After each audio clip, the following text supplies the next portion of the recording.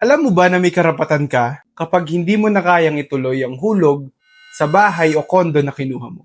And this is called Maseda Law, also known as the Realty Installment Buyer Protection Act. Applicable ito sa real estate dito sa Pilipinas na bumibili ng house and lot or condo via installment. Whether you are employed, self-employed, or OFW. Now, here's the important part. If nakapagbayad ka na ng at least 2 years, protected ka na ng Maseda Law. Meaning, kapag hindi mo na kayang ituloy ang hulog, hindi basta-basta mawawala lahat ng binayad. Under the law, meron kang karapatan sa cash surrender value.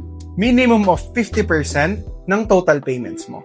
And pwede siyang tumaas depende kung ilang years ka na nagbabayad dun sa condo or house and lot na kinuha mo.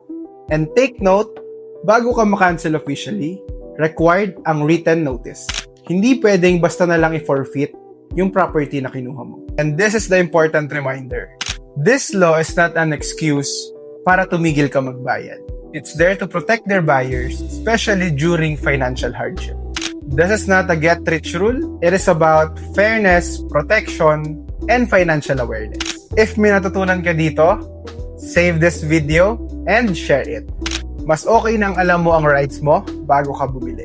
Good luck and have a great day.